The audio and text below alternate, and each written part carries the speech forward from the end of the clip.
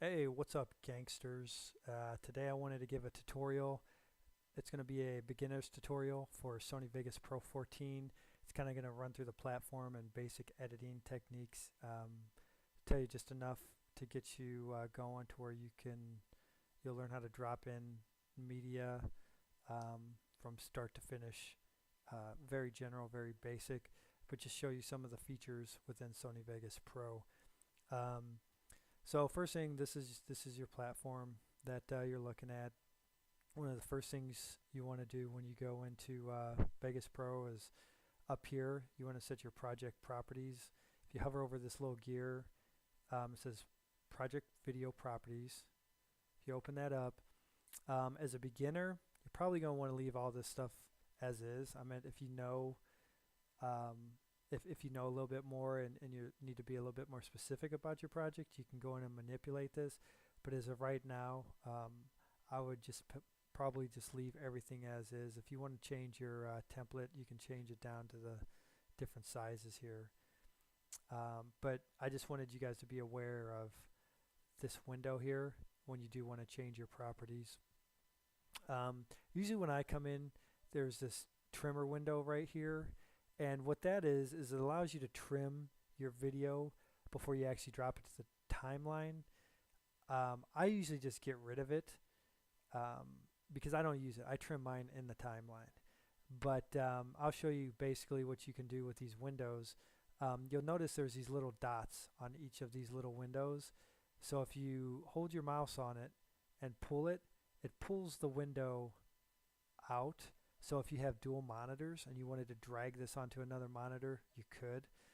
And if you want to put it back, say you took something out and you're not sure, or you didn't want it out of the platform, you just hit the control button down and then drag it back to where it was, and it goes right back into place.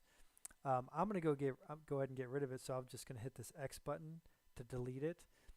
If you ever delete something and you want it back, all you got to do is go to View. Let's see, where am I looking? Oh, View Windows, and then these are all your different windows within the software, and we can get that trimmer. Whoops, we can get that trimmer window back. Where am I at? Right there. And there's a trimmer window back, but I'm going to go ahead and delete it because I don't want it. Okay.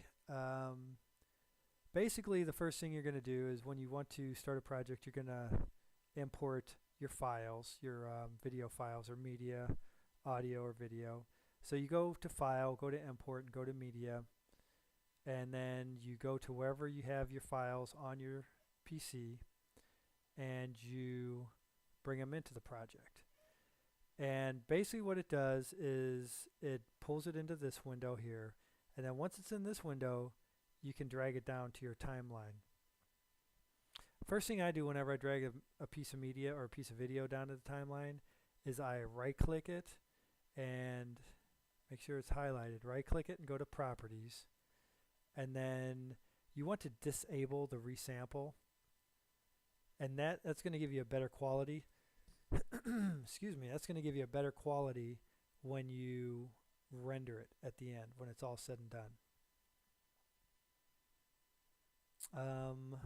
Once you've dropped it in, you'll notice that it shows up here on your preview screen. If you need to detach it or you wanted to detach it, like I said, you could just hover over these dots, pull it over to an external monitor. Once it's on the top line, or this video is on the top line, if you want to make it look bigger so you can, finally tune it or look at the details on it, basically you use your scroll button on your mouse, and if you scroll up, it extends it. If you scroll down, it shrinks it. Now, it's not actually adding to or taking away from your video, it's just making it look bigger. So if you have, like, you'll see little bumps here in the audio, or if you want to get it right at a certain audio part in your audio, you wanted to add something, that's where this comes in handy, because you can get very, very precise by zooming in on that. One of the first things you can do to your video clips is if you hover over the left-hand corner up here by this triangle, it shows like a quarter piece pie piece, a quarter pie piece. Once you see that, you can kind of drag to the right and it shows a fade. So you'll see when I hit the play button, it slowly fades in. And you could do the exact same thing with the end of the clip. Now, if you go up here to the top and you get that quarter pie piece again and right click, it'll show you the different arcs you can fade this in. So that's an option that you can do at the beginning and the end. And the same thing applies to the audio. You can put a fade in on your audio and a fade out on your audio. Also, if you want to separate, if you notice when I move the clip, the audio and the video move together. Well, if you want to separate the audio, what you can do is highlight the audio, right click, go to group, and go to remove from. Now this gives you the option to do whatever you want with the audio. If you want to delete it, if you want to move it, whatever. It just depends on what your needs are for your project. Let's see here. I'll show you. If you want to split a video clip, you have it in the timeline and you want to cut it in half, basically all you do is put it wherever you want the split to happen, and then you hit S on your keyboard, make sure the clip is highlighted, and hit S on your keyboard, and it splits. So now you've got two pieces, and you can insert something in between.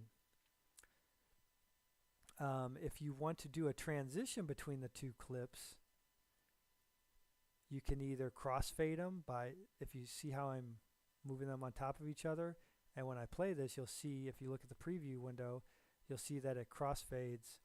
Mine is kind of laggy, so it's not going to show you. My screen recorder kind of bogs Sony Vegas down, but that's a crossfade.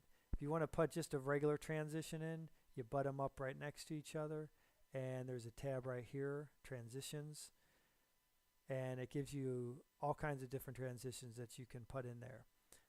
If you look to the left here, and this, it looks like a Windows Explorer, you can select like 3D blinds, and it shows you the variations of the blinds, 3D cascade. So each one of these will have different variations, and you can just drag it down right onto your clip, and it adds that. And then it also pulls up a video event effects box that lets you manipulate maybe the speed of that transition, different things about that transition that will fit your needs for your project. If you want to adjust the audio level on your project or for each clip, basically here's your audio level for your audio track. You have two tracks. You have the video track and the audio track. You can adjust the audio for that whole, or you can do it for each individual clip. You can drag it up or down just like that. It's pretty simple. If you want to add text or anything, maybe a watermark over your video, or you need to add titles or something, what you're going to need to do is you're going to need to add an additional track. So if you go to the sidebar here, right click, insert video track, and you could do the same thing with the audio, whatever your needs are, but you insert a video and the track is on top. Now to add things on top of the video, you need to have your tracks on top of the video. That's the basic hierarchy. It starts from the top down. So the video is usually going to be the foundation of your project, and then anything you add, whether it be photos, clip outs, text, anything that needs to be shown on top of the video needs to be added on top. So once you have that track, then you go ahead and hit the insert up at the top menu, scroll down till you hit text media, and then this is going to bring up a text box. And what it does is this allows you to add a title. You could put something, whatever you need. And if you look over here in my preview, you'll see it. And it lets you manipulate the font here, the size, bold, italic, your formatting, however you need it to be. There's all types of different things you can do here. Just mess around with it, and you'll see what you need for your project, and then do whatever you need.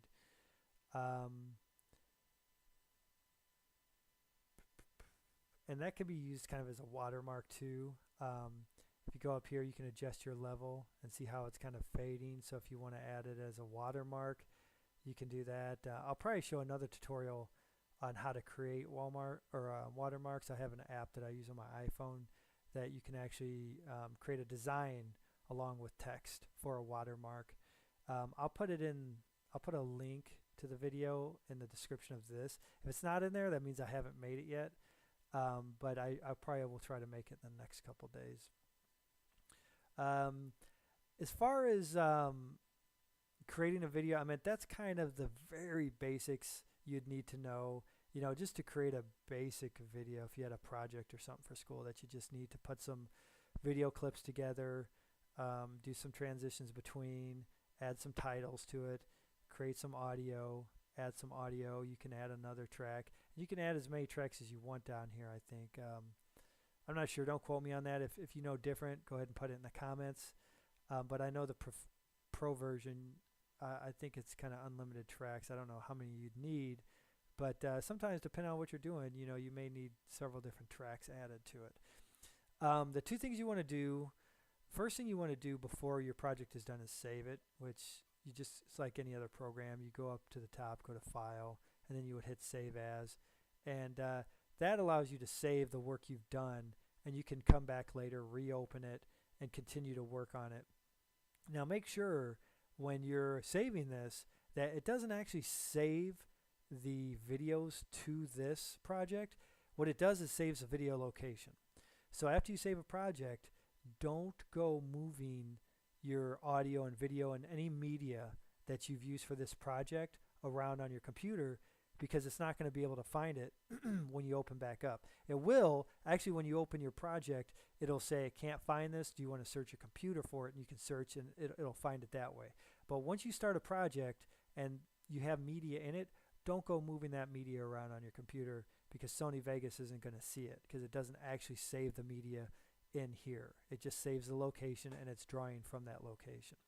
So once you have it saved, the next step you want to do is you want to render it. And what this is going to do is it's going to save it as a video file that you can either burn to a disk, upload to YouTube, or whatever you want to do with it. When you render as, up here at the top, it's going to give you the option of where you want to save it to your computer, the type, the name of the file. You can name it whatever you want. And these are your options on what type of file you want to save it at. It gives you a lot of options. The best one for YouTube is Internet HD 1080, or if you want a smaller file, depending on your hard drive space, you might want to use the 720 to save a little space. It's still a high quality video. Once you select that, and always make sure this is unchecked, render loop region. I didn't show you that, but there's a loop region that you can add on your timeline, and if that's opened up, it will only render the loop that you have set up. It won't render the whole clip. If as long as this is not checked, it'll render the whole video that you've made. And once you have this selected, your the output format, you just basically hit render, and it'll save it to whatever file that you wanted it saved at. And that's pretty much it. Like I said, this is a basic tutorial. You know, I didn't go too much into depth, just kind of went around and showed you some of the little things. There's a lot more to Sony Vegas. There's a lot more you can do. And I would like to make some tutorials on that in the future. If you have any ideas, there's some things you want to do and you're not sure how to do it, go ahead and leave it in the comment section, and I can get a tutorial up for you. If you like this and this was helpful, go ahead and hit the like button. If you want to see more videos or Vegas tutorials, go ahead and subscribe. I'll be doing a lot more Vegas 14 tutorials. So that's basically it. Thanks a lot, guys. Peace.